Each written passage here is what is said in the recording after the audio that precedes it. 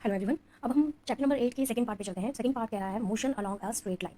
The simplest type of motion is the motion along straight line. सबसे simple motion हमारी क्या है? Motion along a straight line. Straight line motion हमारी सबसे simple है। We shall first learn to describe this by an easy example. अब एक बहुत ही ईजी एग्जांपल दे रखा है। Consider the motion of an object moving along a straight path. The object starts its journey from O which is treated as its reference point. हमने पहली ही class में ये पढ़ लिया था कि रेफरेंस पॉइंट को हम ऑरिजिन मान के चलेंगे, और यहाँ एग्जांपल में ये यही कह रहा है कि एक ऑब्जेक्ट है जो अपनी जर्नी स्टार्ट करता है पॉइंट ओ से, जिसे कि हम मानेंगे reference point. Let A, B, and C represent the position of the object at different instants. At first, the object moves through C and B and reaches A, then it moves back along the same path and reaches C through B.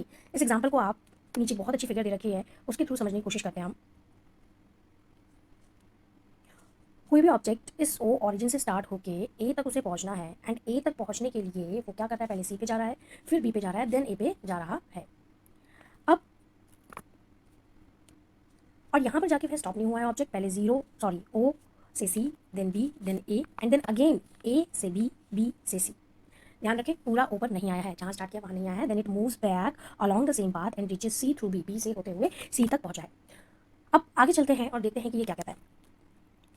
The total path length covered by the object is OA plus AC, that is 60 kilometre plus 35 kilometre equals to 95 kilometre. अब आप ध्यान से देखिए, ओ से ए जाने पर उसने total कितना डिस्टेंस कवर किया? उसने टोटल डिस्टेंस कवर किया 60 किलोमीटर। कितना डिस्टेंस कवर किया उसने? 60 किलोमीटर। एंड जब वो ए से बी और बी से सी आया, यानी कि ये वाला पोर्शन ए टू सी आया, तो उसने कितना डिस्टेंस कवर किया? यहाँ हम देख सकते हैं कि 5 5 का गैप है। 5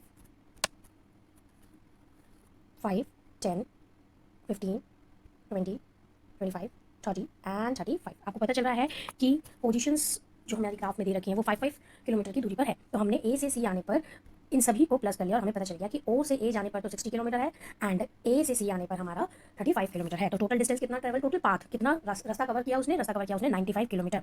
this is the distance covered by the object. ये जो उसने टोटल पाथ कवर किया ना, total path length covered by an object जो भी हुआ, यही हमारा distance covered by the object होता है। To describe distance we need to specify only the numerical value. अब ये क्या कह रहा है कि जब भी हमें डिस्टेंस को स्पेसिफाई करना होता है या डिस्टेंस बताना होता है, तो हमें सिर्फ क्या बताना होता है? न्यूमेरिकल वैल्यू बताना होता है, और हम कोई डायरेक्शन नहीं बताते, मोशन की कोई भी डायरेक्शन नहीं बताते हम। There are certain quantities. अब यहाँ से आप थोड़ा सा आराम से और ध्यान से समझेंगे। There are certain quantities which are describe by specifying only their numerical value. कुछ ऐसी क्वांटिटीज हैं जिन्हें कि हम सिर्फ स्पेसिफाई कर सकते हैं उनके न्यूमेरिकल वैल्यू से, और जो न्यूमेरिकल वैल्यू है किसी भी फिजिकल क्वांटिटी के, इसे कहते हैं हम मैग्नीट्यूड। दो बातें बोली कि कुछ क्वांटिटीज ऐसी होती है जिन्हें हम सिर्फ न्यूमेरिकल वैल्यू से दिखाते हैं, और न्यूमेरिकल वैल्यू को ही हम मैग्नीट्यूड कहते हैं। From this example can you find out the distance of the final position C of the object from the initial position O. अब इसने एक और हमें यहाँ पे एग्जांपल लेने के लिए बोला कि अब आप जहाँ पर आ गए हैं ना, इस सी पॉइंट पे आप आ चुके हैं। अब इस सी से आपने जहाँ से शुरू किया था वहाँ, इनके बीच का डिस्टेंस क्या आप बता सकते हैं? हाँ, हम बता सकते हैं। क्यों नहीं बता सकते? This is 5, this is 10, this is 15, this is 20, this is 25 kilometre. अभी तक हमसे उसने सिर्फ इतना पूछा कि आप डिस्टेंस बता सकते हैं, हमने बता दिया। अब आगे देखते हैं हमसे क्या पूछता है। This difference will give you the numerical value of the displacement. This distance will give you the numerical value of the displacement from object O to C through A. ये जो हमने अभी थोड़ी देर पहले निकाला था, सी पोजीशन से ऑब्जेक्ट के इनिशियल पोजीशन ओ तक का डिस्टेंस, वो हमारा क्या हो गया है? वो हमारा हो गया है डिस्प्लेसमेंट। तो यहाँ से हमें डिस्प्लेसमेंट की क्या डेफिनेशन मिलती है? The shortest distance measured from the initial to the final position of an object is known as displacement. जो सबसे छोटा डिस्टेंस होता है इनिशियल और फाइनल पॉइंट के बीच में, उसी को हम कहते हैं डिस्प्लेसमेंट। क्या कहते हैं? डिस्प्लेसमेंट। ओके, आई होप आप लोगों को क्लियर होगा। अब आगे नेक्स्ट चलते हैं। अभी तक हमने जो भी पढ़ा उसकी हम एक बारी डेफिनेशन देख लेते हैं। Distance is the total path covered by an object. कोई भी पाथ जो एक ऑब्जेक्ट के द्वारा कंप्लीट किया जा रहा है या कवर किया जा रहा है, उसे हम कहेंगे डिस्टेंस। डिस्प्लेसमेंट शॉर्टेस्ट डिस्टेंस होता है इनिशियल और फाइनल पॉइंट के बीच में। और मैं आपको बताना चाहूंगी कि जो शॉर्टेस्ट डिस्टेंस होता है किसी भी दो पॉइंट के बीच में, वो हमेशा एक स्ट्रेट लाइन होता है। अब मैं आपसे कहूँ ये इनके बीच में सबसे शॉर्टेस्ट डिस्टेंस क्या है, तो वो यही होगा। अगर ये घूम के आ रहा है, ये ऐसे आ रहा है, ये फिर ऐसे ऐसे ऐसे ऐसे कैसे भी आ रहा है, बट इनिशियल और फाइनल पॉइंट के बीच में सबसे छोटा डिस्टेंस कौन सा होता है? सबसे छोटा डिस्टेंस हमारा होता है स्ट्रेट लाइन। ओके, ये आगे हमें यूज करना पड़ेगा, इसलिए अभी से बता रहे हैं। इनिशियल पॉइंट हमारा क्या होता है? Initial point means starting point. Final point क्या होता है? Final point means ending point. अब हमने पढ़ा था scalar quantities. Those physical quantities which have only magnitude, यानी कि न्यूमेरिकल वैल्यू होती है जिसके पास, उन्हें हम कहते हैं स्केलर क्वांटिटीज, जैसे कि हमारा डिस्टेंस। वेक्टर क्वांटिटीज ऐसी फिजिकल क्वांटिटीज जिनके पास डायरेक्शन और मैग्नीट्यूड दोनों होते हैं, उन्हें हम कहते हैं वेक्टर क्वांटिटीज, जैसे कि displacement. This is all about what we have learned in all this. अब हम नेक्स्ट आगे चलते हैं। नेक्स्ट कह रहा है, can the magnitude of the displacement be equal to the distance travelled by an object. ये कह रहा है कि क्या कभी डिस्प्लेसमेंट का मैग्नीट्यूड इक्वल होगा distance travelled by an object. सबसे पहले तो आप ये बताइए कि मैंने आपको बताया डिस्प्लेसमेंट एक वेक्टर क्वांटिटी है। क्या बताया मैंने आपको? कि डिस्प्लेसमेंट एक वेक्टर क्वांटिटी है, और वेक्टर क्वांटिटी है इसका क्या मतलब है कि डिस्प्लेसमेंट के पास मैग्नीट्यूड भी होगा और डिस्प्लेसमेंट के पास डायरेक्शन भी होगी। आई होप इतना तो आपको क्लियर होगा। अब उसने हमसे ये बोला है कि जो डिस्प्लेसमेंट का मैग्नीट्यूड है वो डिस्टेंस ट्रेवल्ड के बराबर होना चाहिए। तो क्या कभी ऐसा हो सकता है? और अगर कभी ऐसा हो सकता है तो देखते हैं कैसे, कब, कहाँ। Consider the example given in figure 8.1। Same example आपको देखना है जहां 0 से ए जा रहा था ऑब्जेक्ट, देन ऑब्जेक्ट दोबारा ए से सी आया था बी के थ्रू। ओ से ए जाने पर डिस्टेंस कितना कवर कर रहा था ऑब्जेक्ट? डिस्टेंस कवर कर रहा था 60 किलोमीटर।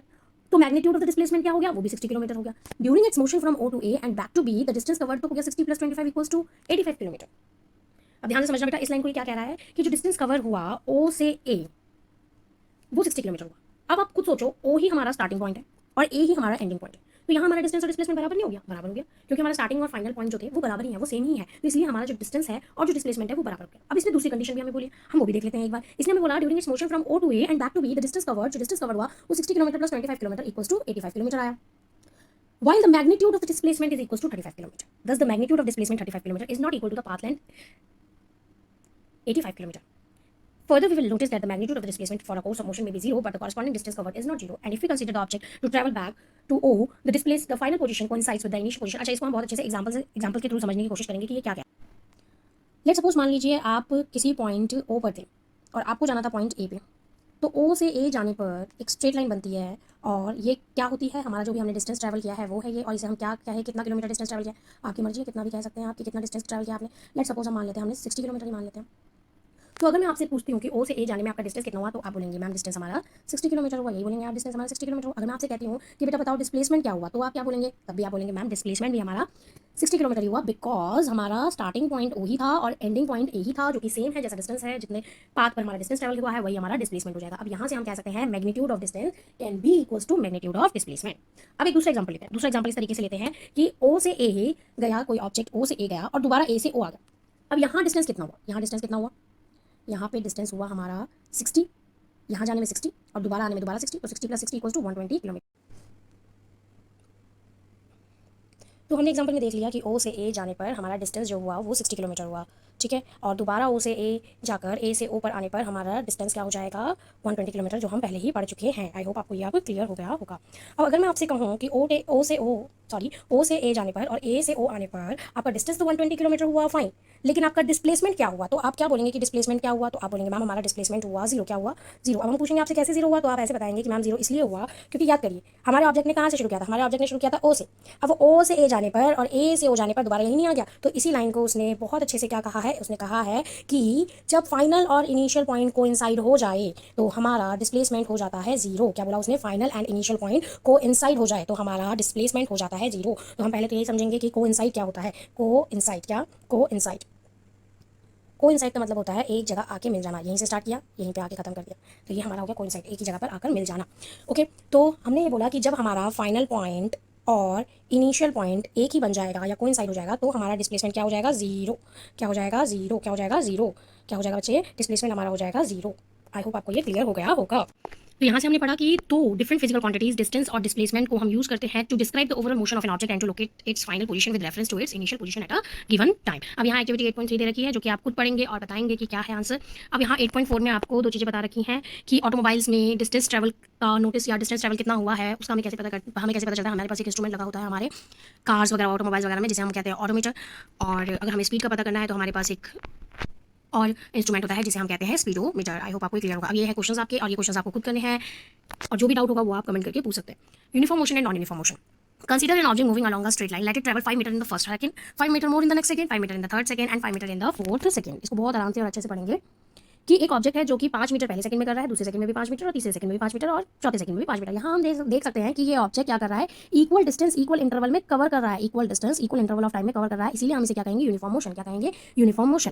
दस time interval in this motion should be small in our day to day life. अच्छा, अब देखो ये तो हमें पता चल गया यूनिफॉर्म मोशन में कर रहा है। अब हमारी डे टू डे लाइफ में we come across motion where object cover unequal distance. हमें ऐसे ऑब्जेक्ट्स मिलते हैं जो कवर करते हैं unequal distance in equal interval of time में। For example when a car is moving on a crowded street और a person is jogging in a park, these are some instances of non uniform motion. और यहाँ ये example किसका है, non uniform motion का।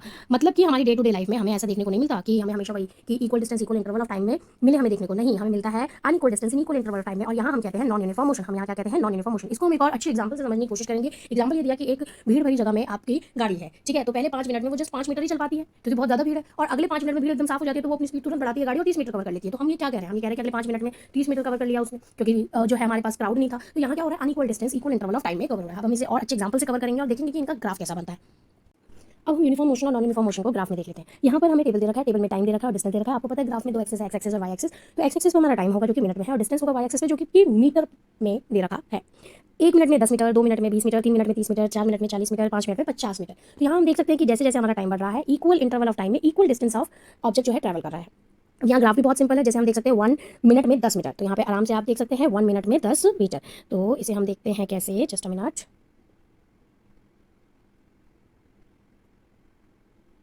1 minute में, sorry, this one, 1 minute में 10 metre, 2 minute में 20 मीटर, 3 मिनट में 30 मीटर। तो यहाँ से हम पता लगा सकते हैं। आई होप आपको ग्राफ में वैल्यू देखनी आती होगी, नहीं तो हमने आपको बता दी कि जो भी पॉइंट आपको देखना है उससे आप एक्स एक्सिस पे एक लाइन खींचिए एंड वाई एक्सिस पे एक लाइन खींचिए, देखिए कहाँ मिल रही है ये लाइन, यही पॉइंट होगा। हम यहाँ से कह सकते हैं कि 6 मीटर पे ऑब्जेक्ट 60 मीटर तक चल चुका है। यहाँ पे हम देख रहे हैं कि हमारा जो ग्राफ बना है वो स्ट्रेट लाइन ग्राफ बना है। कौन सा ग्राफ बना है? Straight line. तो हम ये बोल सकते हैं यूनिफॉर्म मोशन का ग्राफ कैसा बनेगा? हमारा स्ट्रेट लाइन बनेगा। नेक्स्ट हम चलते हैं नॉन यूनिफॉर्म मोशन के लिए।